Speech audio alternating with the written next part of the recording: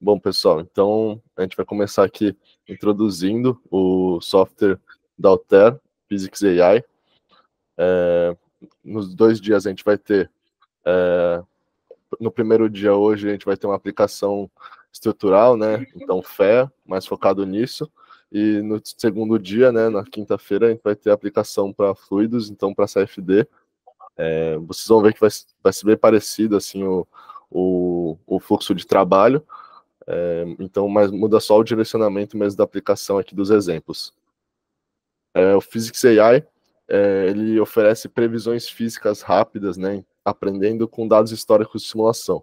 Então, vocês vão ver que a gente vai comentar bastante dessa parte de previsão, né? Então, a ideia aqui é você ter um jeito mais rápido de ter uma simulação, né? Então, você vai fornecer esses dados de simulação e ele vai te gerar uma análise mais rápida, né, do que uma forma convencional. E dá para ver que é um software recente, então desde 2022 aí, então está ainda em desenvolvimento, mas já está muito bem estruturado pelo tempo que ele tem. Gustavo, eu posso te pedir para você tentar clicar no botão ocultar ali embaixo? Ó. Desculpa, Valmir. Perfeito, obrigado. Segue.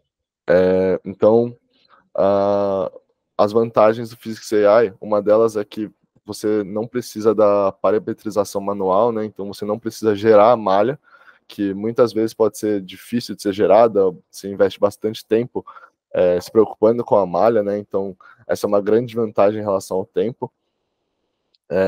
Você tem uma aprendizagem mais rica, né? Então não há necessidade de conjuntos de dados paramétricos ou da mesma topologia, e também você ter uma melhor direção do seu design, né? Então, como eu disse, ele vai ser muito mais rápido do que uma maneira convencional, e você consegue explorar diferentes designs de uma forma muito mais rápida e prática. Aqui está um resumo do nosso fluxo aqui de trabalho. Então, essa parte de histórico de dados inicialmente.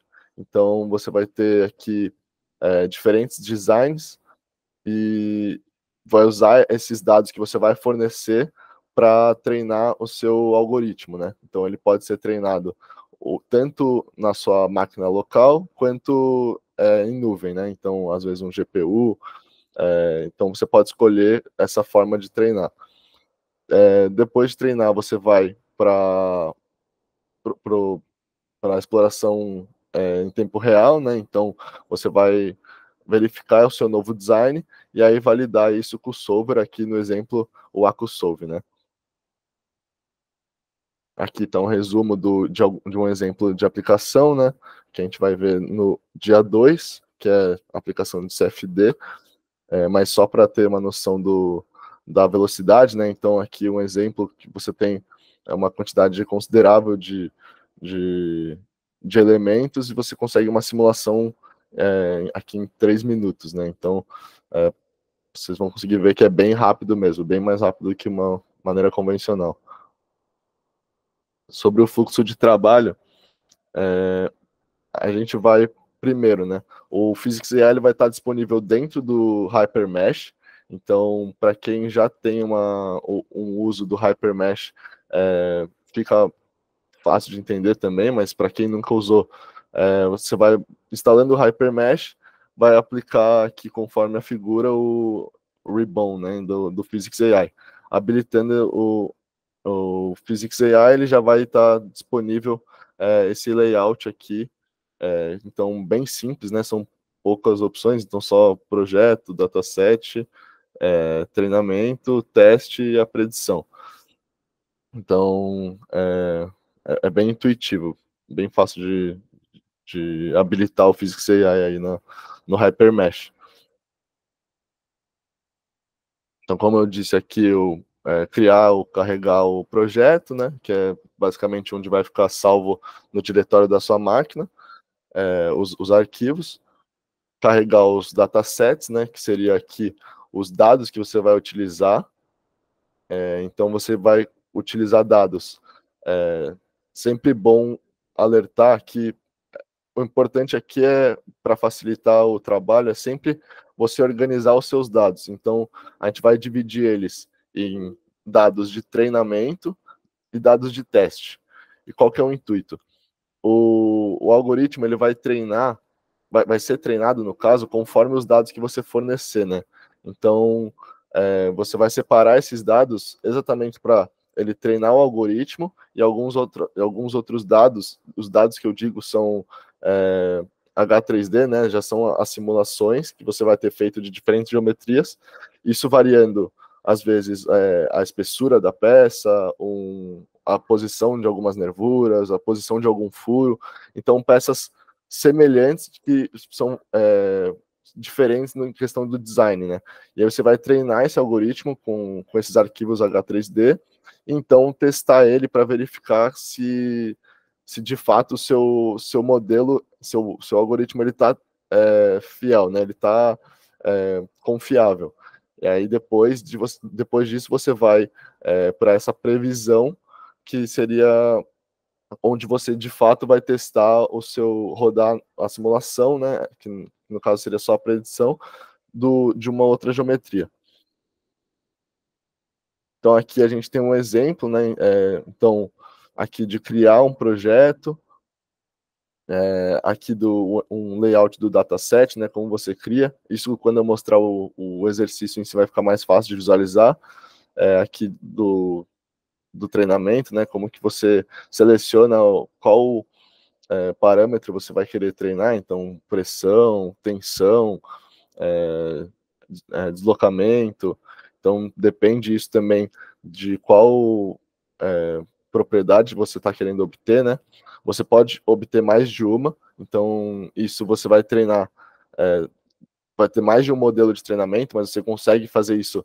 Eu quero tanto para pressão quanto para deslocamento, então você consegue fazer isso, mas tem que ser modelos de treinamento separados.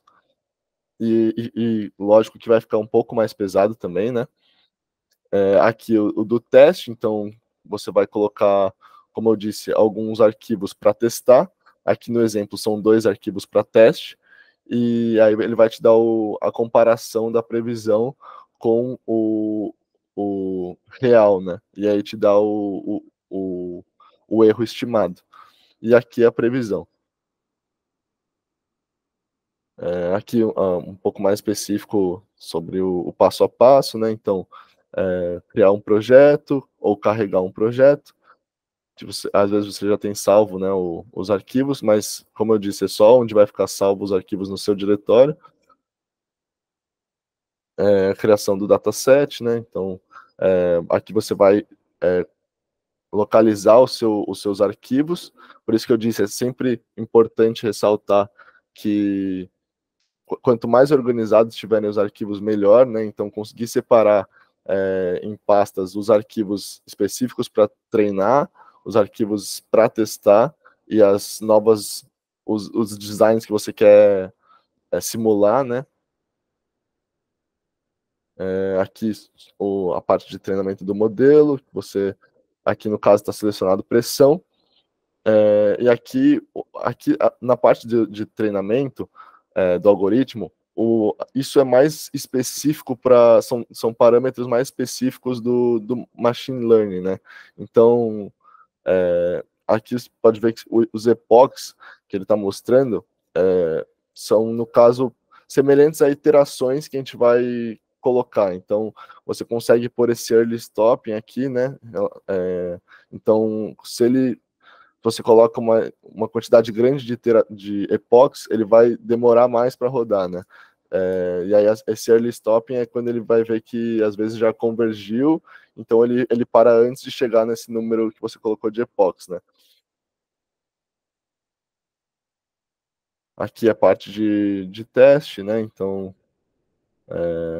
como eu disse aqui, ele te dá a quantidade de testes que você fez, né? Ou seja, quantos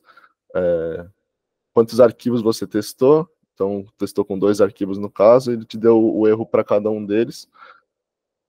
E aqui a parte da previsão é onde ele te indica esse confidence score, né? Então, é um valor de até 1, que ele te mostra o quanto está confiável essa simulação, né? Então, às vezes, por que que tem esse valor? Para você conseguir entender o quanto você precisa, quantos arquivos você precisa colocar. Então, por exemplo, você sempre tenta trabalhar com aquilo que você já tem. Então, às vezes você tem poucos arquivos, mas talvez seja suficiente. Então, você tenta rodar com essa quantidade baixa de arquivos que você tem, e às vezes o seu confidence score já vai dar um valor satisfatório, né? E aí, isso também, não só pelo confidence score, mas também você consegue ver isso na parte de teste, né? Então, você verificando no teste, você vê se a previsão está parecida com o real.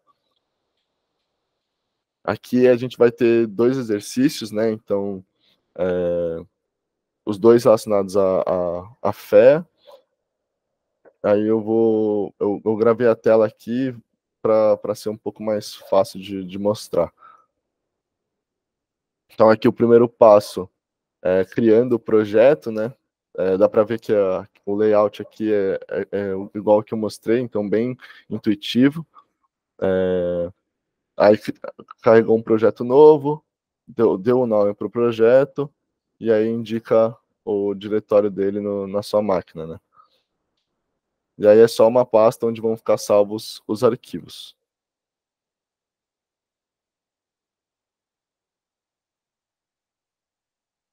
Aqui, ó, dá para ver melhor onde fica o Physics AI. Então, você habilitando o Physics AI dentro do seu HyperMesh, ele vai ficar uma aba aqui, como se fosse uma extensãozinha mesmo. E aí, clicando nele, você tem essas opções. Então, é bem intuitivo, são poucos cliques aqui. Então, é bem fácil de se localizar e entender. Aqui, o exemplo de como criar o dataset, né? Deixa eu ir um pouco mais devagar aqui.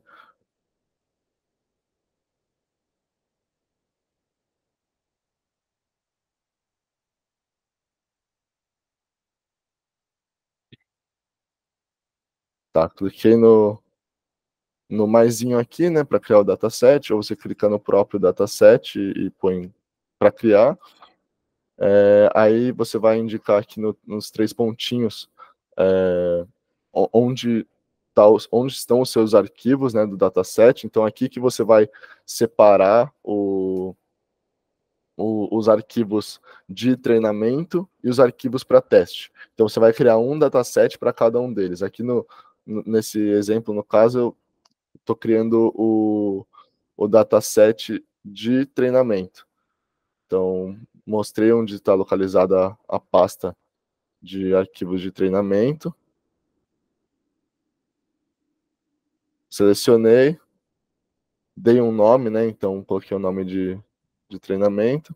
Selecionei todos os arquivos e passei para outro lado, né? Aqui, então, o file system e os requested files.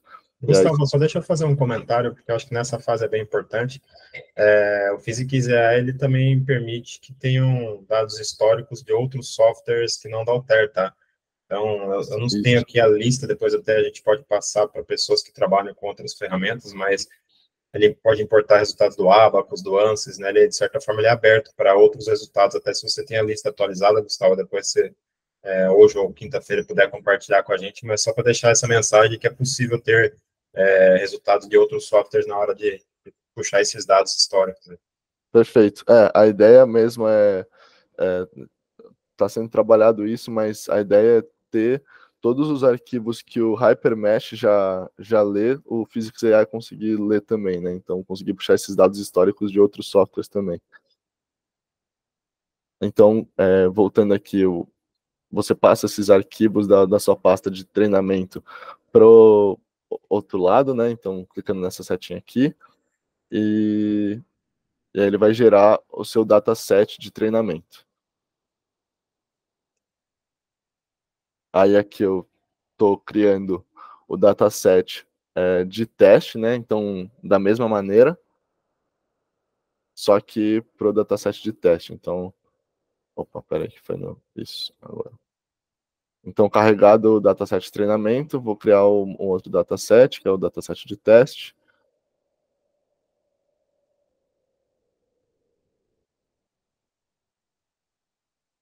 E aí são menos arquivos, né?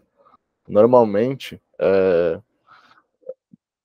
você trabalha com mais arquivos mesmo na parte de treinamento e menos arquivos na parte de teste. Então, às vezes, uma divisão convencional, sei lá, 80-20, né? Então, 80% dos arquivos H3D, né, ou de outro software aqui para treinamento e 20% para teste, né? Então aqui tem até que mais, né, do que o que eu comentei, mas aí você passa para o outro lado, dá OK. Aí ele carrega, demora um pouquinho, depende aí também da sua máquina, né? Mas de qualquer forma, pouco tempo, assim, são poucos minutos. E aí aqui é uma outra opção também, né? Às vezes você vai ter uma pasta só com todos os arquivos, né? Então você não quer dividir manualmente esses arquivos, no meu caso o H3D, você não quer dividir manualmente entre treinamento e teste. Então você tem essa opção aqui na hora de criar o dataset, que é a opção dele mesmo separar os arquivos. Então você coloca aqui a porcentagem do dataset, né? Então, por exemplo, você coloca a pasta em que se localizam todos os arquivos, e aí você escolhe aqui a porcentagem dessa quantidade de arquivos que vai para esse dataset. Então, como eu disse aqui, ele já vem no convencional no 80, exatamente por conta do 80-20, né, que eu comentei. Então, ele já vai separar esses arquivos automaticamente, né. E aqui é outra coisa que eu ia comentar também é a parte dele extrair as faces sólidas, né? Então, às vezes você está trabalhando com um modelo em casca é, ou você está trabalhando com elementos sólidos, aí você seleciona essa opção ou não, né? Às vezes te interessa só a parte em casca, e aí fica a vantagem disso é que vai ficar mais rápido dele rodar, né?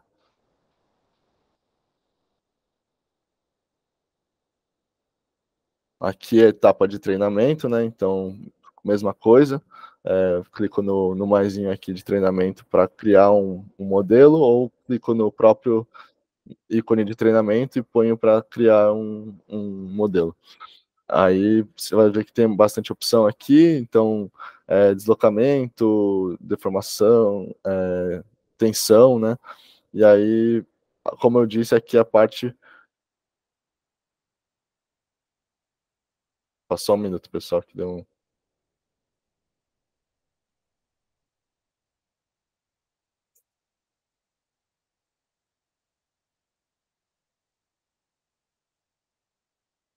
Beleza. Desculpa aí, o acesso remoto saiu por um tempo. Então, aqui a parte do mais relacionada à inteligência artificial, né, o machine learning em si. E aí você seleciona esses dois cliques aqui, e aí eu escolhi, no caso, deslocamento, né?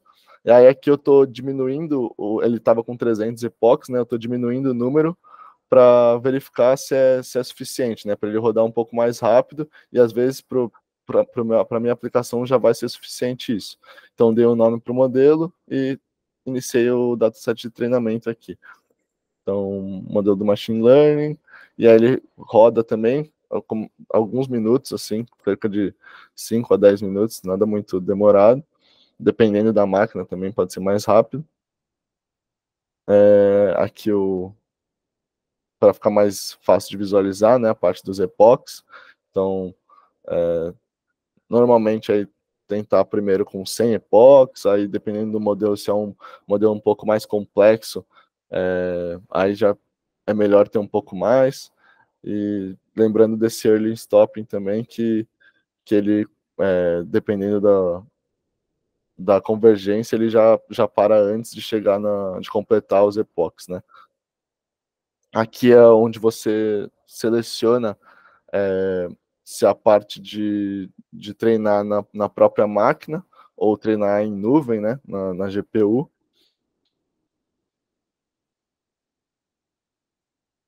E aqui carregado o modelo de treinamento,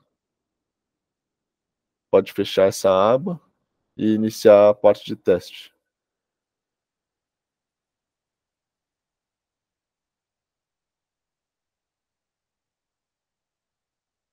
Então, a mesma coisa, ele vai demorar um pouquinho. Então, como pode ver, eu selecionei o modelo, né? Então, o modelo que eu criei aqui do treinamento e o dataset de teste. Então, o que ele vai fazer? Ele vai pegar esse modelo de treinamento e testar com os arquivos que eu coloquei no meu dataset de teste, né?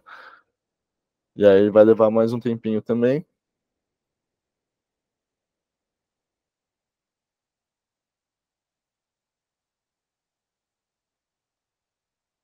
E aí, carregado isso aqui, para ter uma noção, a minha máquina não é nada muito absurdo assim, e aqui tudo isso demorou cerca de 10 minutos. Então, é algo bem rápido mesmo, comparado com qualquer outra simulação convencional, eu levaria bem mais tempo, né? Então, aqui eu tenho um resultado para cada modelo de teste que eu pedi para o meu algoritmo testar, né? Então, para cada resultado, vocês vão ver que a gente tem um mean average error, né? Então, um valor de erro aqui. E aí eu consigo ver os resultados para cada um desses testes. E aí o layout que ele vai ter é uma comparação, né? Então, da previsão do, do predict, né? Com o true, que ele chama, né?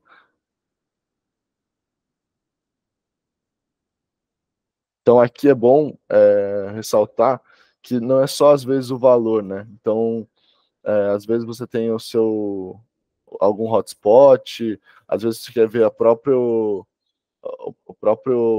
distribuição de tensão em si. Então, é bom ter isso para você conseguir visualizar em diferentes resultados aqui quanto o seu modelo está fiel, né? À sua aplicação. Que às vezes você vai ver que ele vai estar muito diferente e aí você pode corrigir isso no seu modelo. Então aqui só mostrando os resultados de cada um deles, né, para você ver que fica bem parecido mesmo.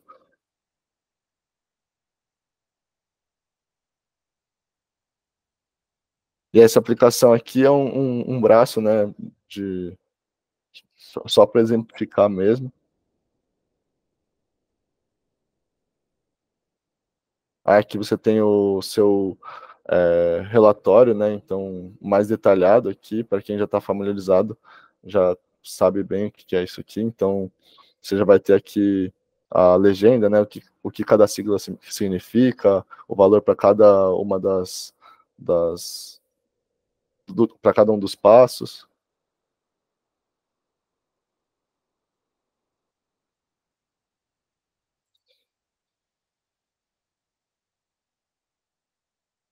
Aqui, como eu comentei, para ficar mais nítido de visualizar, o mean average error aqui, né? Então, para cada um deles. Aqui, para ficar mais fácil de ver também, coloquei os resultados. Então, aqui ele te dá como predicted e true, né? Então, para você comparar isso, comparar o plot, às vezes, o hotspot, com valor máximo, mínimo. Então, a comparação de cada um. Só para ficar claro, né, Gustavo, essa janela a gente está mostrando na parte de cima, que é a previsão do algoritmo, quando ele aprendeu com aquele geometria, né, com aquele formato e deu um resultado aqui de deslocamento. Na parte de baixo foi um daqueles pontos históricos que foi usado aqui para confrontar com o resultado de predição. É isso mesmo? Isso, ele vai, no caso, ele está comparando cada um com cada arquivo que você indicou para ele, né? Então aqui vale ressaltar que ele está lendo só dados, né? Então ele só está te mostrando de uma forma simples, né? Uma comparação da previsão dele de acordo com o seu algoritmo e a simulação que você forneceu, né? Perfeito. Também, assim, é importante, Gustavo, comentar, apesar de estar subentendido, né, mas às vezes o óbvio precisa ser dito, né, que, assim, você fabrica rodas, né, você vai treinar com rodas, né, você não pode treinar com rodas automotivas e depois fazer uma predição de um escapamento, né? Que aí realmente não faz sentido algum. Então, assim, a predição tem que ser algo que realmente é do mesmo, né? Da mesma construção geométrica, exatamente. Exato, e vale ressaltar também que, por exemplo, os dados, o quanto o seu algoritmo vai estar suficiente ou não, depende disso que eu comentei também, dos dados que você vai fornecer. Então, quantos dados são suficientes, né? Então, isso depende. Às vezes você vai trabalhar com uma quantidade, entre aspas, baixa de dados, né? Então, às vezes, não sei, 16 simulações para treinar e 4 simulações para testar. E vai ser suficiente para você, porque o seu algoritmo, às vezes, os dados que você forneceu são simples, né? Não são tão complexos o seu projeto. Simples que eu digo é o quê? Você vai querer só deslocamento e ele varia só a espessura do material, ou você quer só deslocamento, ele varia só a posição de algum furo, varia um pouco. Então, isso é um pouco mais simples, e às vezes você quer algo mais complexo. Então, você vai treinar para deslocamento, para tensão e para pressão. E aí ele vai ser mais complexo, vai levar mais tempo e, consequentemente, vai precisar de mais dados também, né? Bom, aqui algumas boas práticas, né? Então, conhecer os seus dados, então, saber o que você está trabalhando, né? Então, as fontes dos seus dados, as configurações, então, isso aqui dos dados que você vai fornecer, né? O tamanho de malha, ou seja, os dados que você vai fornecer serem algo próximos, né? Para não divergir muito um do outro, né? Na hora porque o algoritmo ele vai ler dados, então você fornecer dados que não são semelhantes, ele vai criar um algoritmo que não vai ser tão fiel. Ou seja, investigar o modelo também, então os dados suficientes para variações aqui dos epochs, né? A quantidade suficiente de epochs e conhecer também as expectativas, né? Então, comparar aquele score da previsão do teste com a pontuação, né? A precisão quantitativa versus a qualitativa e, e a previsão do, do score também, né? Então, os dados que são suportados de entrada, a malha, né? Então, o shell aqui relacionado se você está com um elemento somente de casca, né? O elemento 3D também. As saídas, a maioria dos dados de contorno podem ser lidos pelo Hyperview, né? A tecnologia que o Physics AI usa, o Geometric Deep Learning, né? Como foi comentado também. E o tempo de treinar cada modelo é o que eu disse. Então, ele depende do tamanho dos modelos, né? E do número de exemplos de treinamento, ou seja, da complexidade. Ou seja, para modelos pequenos, ali 30 minutos está mais que suficiente. Então, quanto mais complexo esse modelo, mais dados ele vai precisar, né? Então, acaba sendo uma resposta meio genérica, mas realmente depende. Então, como eu disse, se você quiser obter somente deslocamento, vai ser mais rápido do que se você quiser obter deslocamento, tensão, pressão, tudo junto, né? Aqui a parte que eu comentei, que você pode sim treinar utilizando a sua GPU, né, em nuvem, mas aí vale ressaltar que a GPU, local, ela requer instalação de pacote, né, no caso, como por exemplo da NVIDIA, e alguma configuração é necessária para HPC também. Então, aqui, como posso saber se minha previsão é boa, é uma combinação da pontuação da confiança, né? Então, o Confidence Score, ele já te indica bastante coisa, se é uma boa, se é um bom modelo ou não. Então, vou mostrar aqui também um outro exemplo estrutural, que ele vai me dar um Confidence Score, e também o relatório de precisão de teste do modelo, né? Então, como eu mostrei, ele vai te dar um relatório um pouco mais desenvolvido, com mais dados, e você analisando isso, você vê boa. Os casos aqui, então, ideal, no caso, para CFD, onde a saída desejada é contornada nas superfícies, análises de componente único, ou seja, o que a gente está fazendo aqui, né, um único componente, é mais fácil do algoritmo estar realmente fiel à realidade, uma estática não linear, né, muito também mais confiável do modelo trabalhar, modelos adequados, então, impacto de um componente único, CFD 3D interno, então, se atentar, nesse caso aqui, né, a contagem de nós, e evitar casos em que sejam grandes montagens, uma grande contagem de nós, elementos, quando seus dados são bagunçados, né? Então, isso que a gente estava comentando, às vezes os seus dados têm diversas simulações muito diferentes umas das outras, então isso não vai ser bom para o algoritmo ler, né? Então, ou que tenha muitas mudanças não geométricas também, né? Então, como eu disse, ele vai ler os dados, então quanto melhor for os seus dados, né, mais fácil dele ler, né?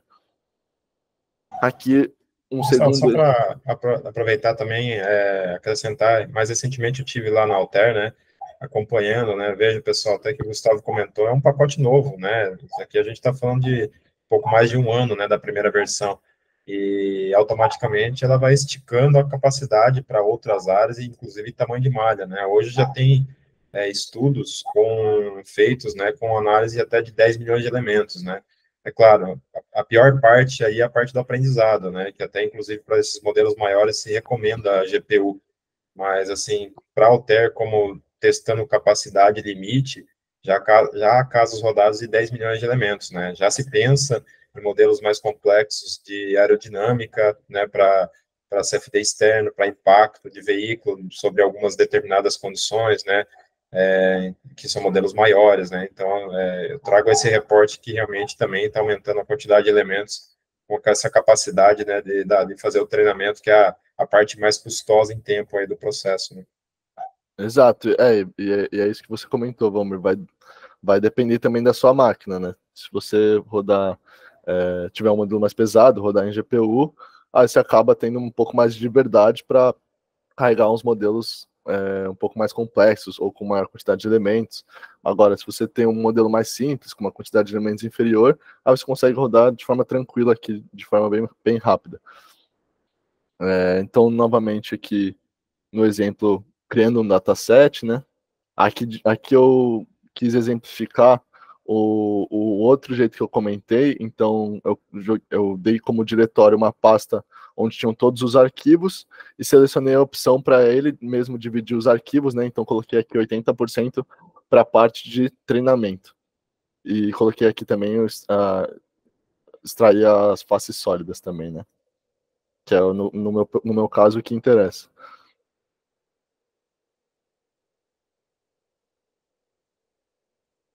Então, selecionei todos os arquivos, passei para o Requested Files, dei um nome e dei OK. Aí ele vai criar o meu dataset, separando aqui em 80% para treinamento.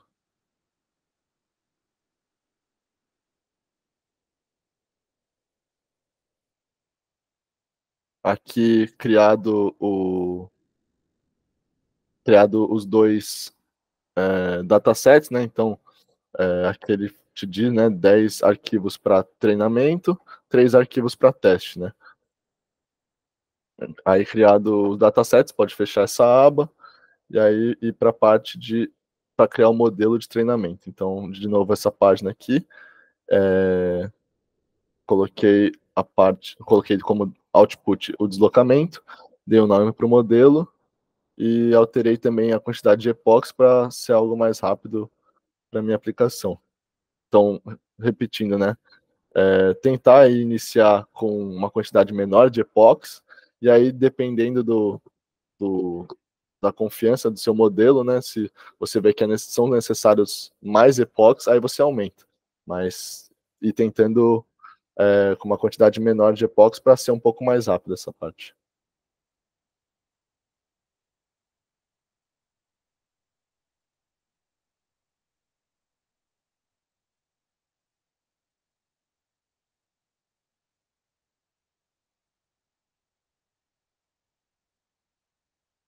eu colocar 100 epochs, e aí clica no Train.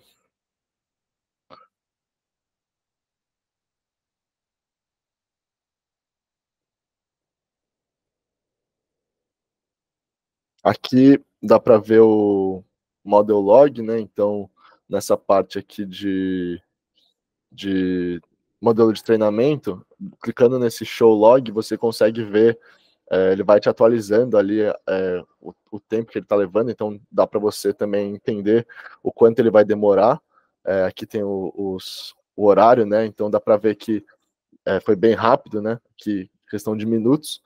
E aqui eu tinha feito para 30 epochs, né? No caso, eu coloquei 100 ali, mas depois eu mudei para 30, que uma quantidade menor ainda de epochs, então foi bem rápido. E aí isso, às vezes, ele já coloca lá como 300 epochs, aí você vê que vai demorar muito. Então você já cancela e muda o número de epochs ali para ser um pouco mais rápido.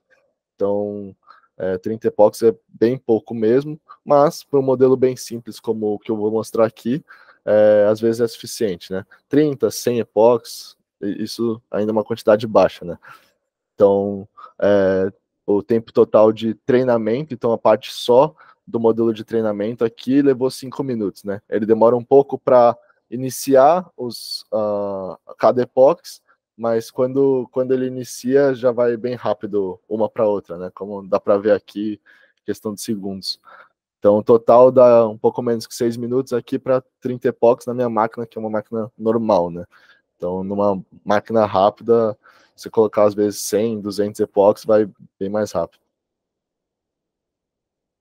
Aí posso fechar essa janela de model log, fechar a janela de treinamento. Vou criar o meu modelo de teste, né? Então, no maisinho aqui de testing, ou clicar no ícone de teste mesmo, clico no criar, e aí eu seleciono meu modelo, no caso aqui eu só tenho um, e meu dataset de teste, né? Então, novamente, vai usar o meu modelo de treinamento com os meus arquivos que eu forneci de teste do dataset.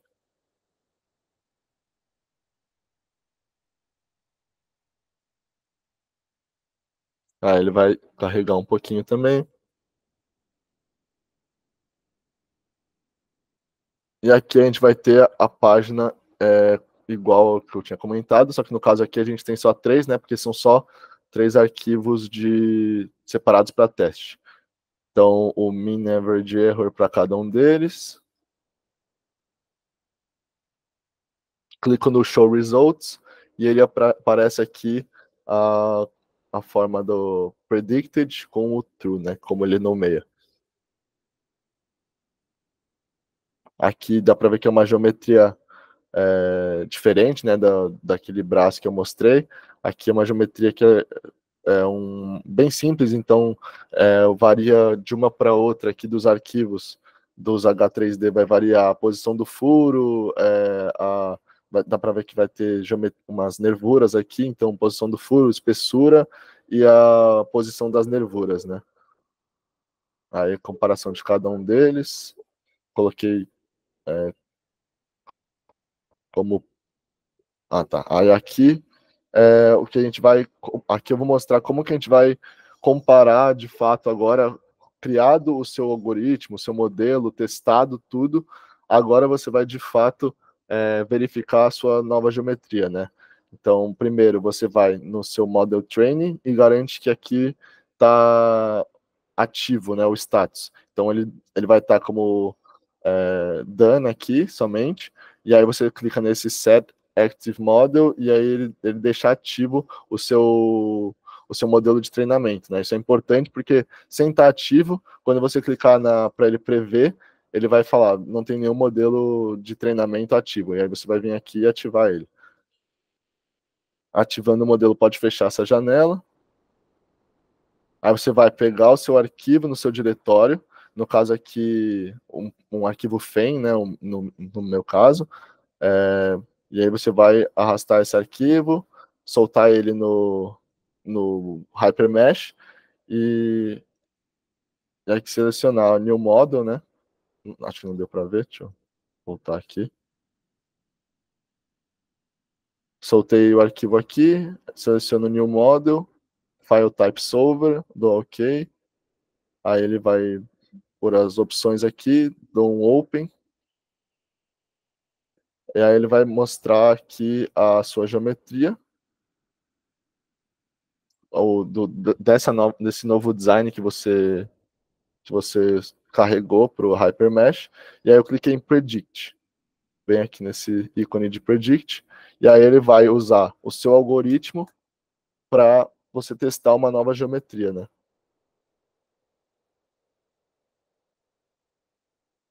Então aqui carregado isso também cerca de minutos, né? 5 a 10 minutos na minha máquina. E aí ele vai te dar a prediction e conforme o algoritmo que você treinou e aqui o seu confidence score, né? No meu caso aqui aproximadamente 87%, né? Então aqui você tem o contour plot de deslocamento, né? Como eu disse aqui, você tem a nervura, você tem mais algumas nervuras aqui, posição do furo, varia essa espessura aqui, né? E você tem um exemplo aqui de uma geometria bem simples, que está sendo analisada, simulada, né, de uma forma muito mais rápida por, por conta dessa predição, né? Então é praticamente o plot dele aqui muito semelhante a um plot convencional de análise estrutural, né? Então, para quem já está familiarizado, dá para ver que é bem parecido. Só que no caso não é, né, um plot de análise estrutural, ele é só uma previsão, né, um prediction de inteligência artificial, né?